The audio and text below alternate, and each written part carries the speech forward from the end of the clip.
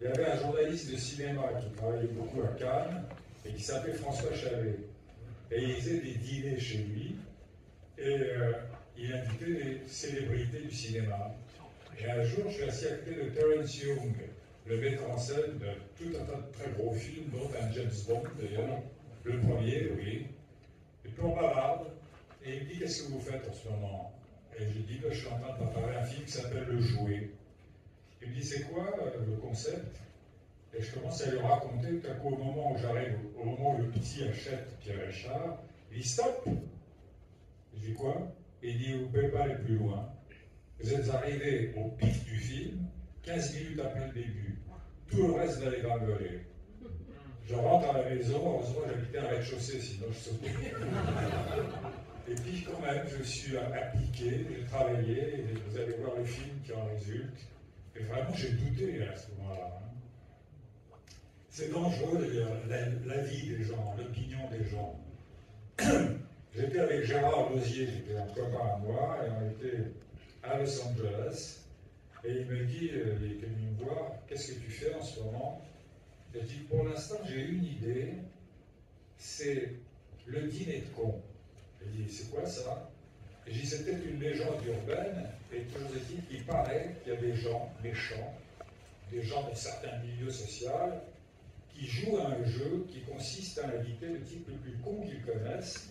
Les cons ne savent pas pourquoi on les a invités, et puis ils sont en compétition sans le savoir, et à la fin, on leur remet une palme. Il me dit, ah oui, c'est intéressant, oui. Et j'ai dit, alors, tu sais ce qu'on va faire, parce que moi je suis en train d'écrire un autre scénario.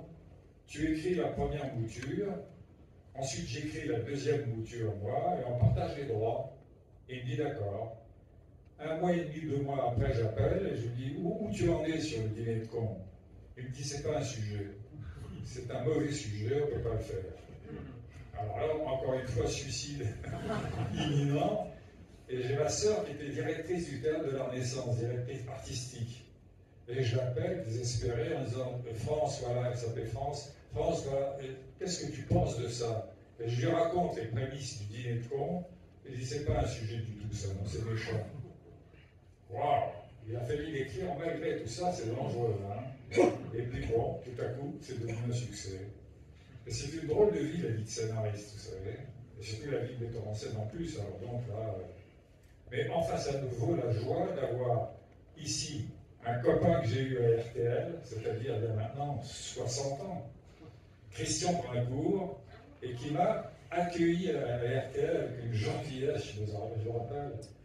J'avais eu un problème, je me rappelle, sur un magnétophone, et il est venu m'apporter un nouveau magnétophone, donc j'étais simplement un stagiaire, et lui était un grand reporter. Alors je te remercie, Christian, j'en profite.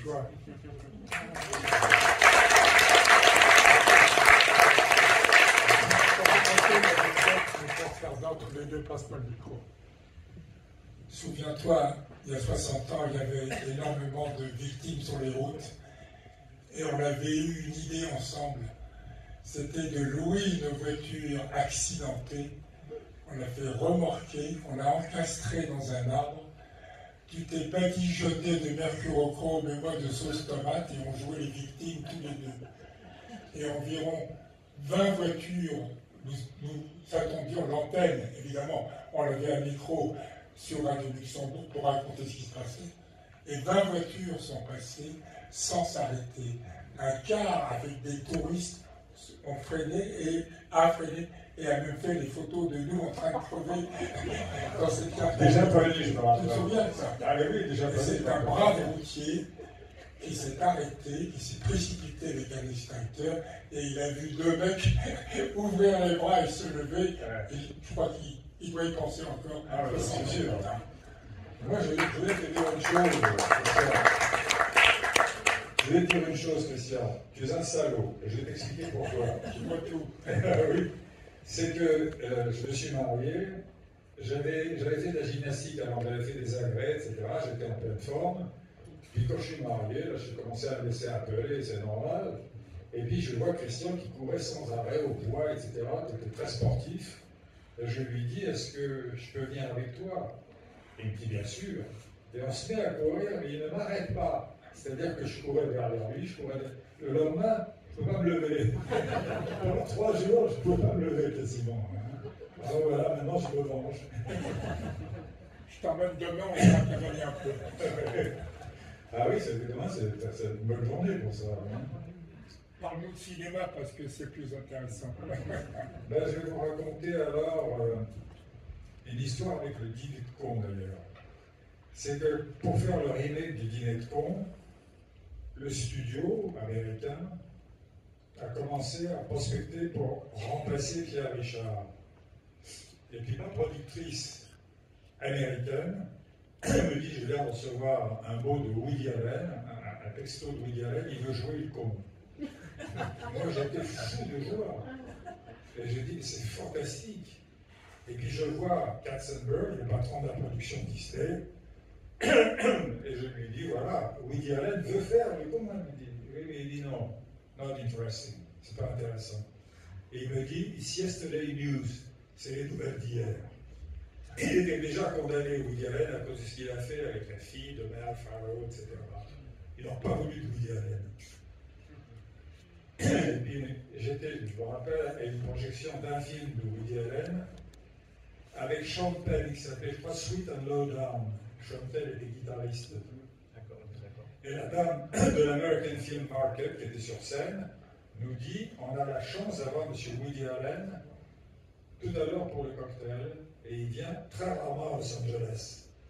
Et c'est vrai, Woody Allen détestait les producteurs, il détestait en général le cinéma américain il était à New York, de Los Angeles. Et je dis à la journaliste qui était avec moi, aucune chance que ce soit à la partie avec ces 800 cobras autour, tous ces producteurs, etc. Il va se tirer après tout de suite. Elle dit, on y va quand même, on descend, et je vois dans un coin le petit Woody Allen avec sa femme coréenne, là, mais blafards comme ma chemise. Ils étaient tout aigres tous les deux. On aurait dit que Dracula les avait embrassés 18 fois. Et je m'approche et je lui dis, bravo pour votre film. Je suis l'auteur du Dîner de con. Et il me dit, je vous le fais en anglais. You are the writer of Dinner Game? Je dis, yes. You are the writer of the Dinner Game? Je dis, yes. You are, je dis, bon, pas jusque ma matin, amenez-nous des croissants, mais là, du café, tu vois. Il me dit, oui. Il m'a dit, vous avez un chat dans la gorge. Bravo. T'as pas eu ton péognon?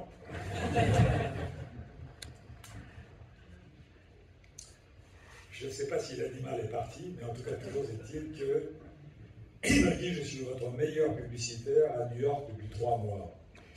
Je ne pouvais plus sortir de la salle tellement la tête avait enflé. Je ne me rends pas compte ce que c'est qu'un type comme Woody Allen, à l'époque, qui dit, alors que j'avais connu à Cannes quand j'étais moi journaliste, et lui était une star, il me dit qu'il est mon meilleur publicitaire. J'étais sur un nuage, littéralement.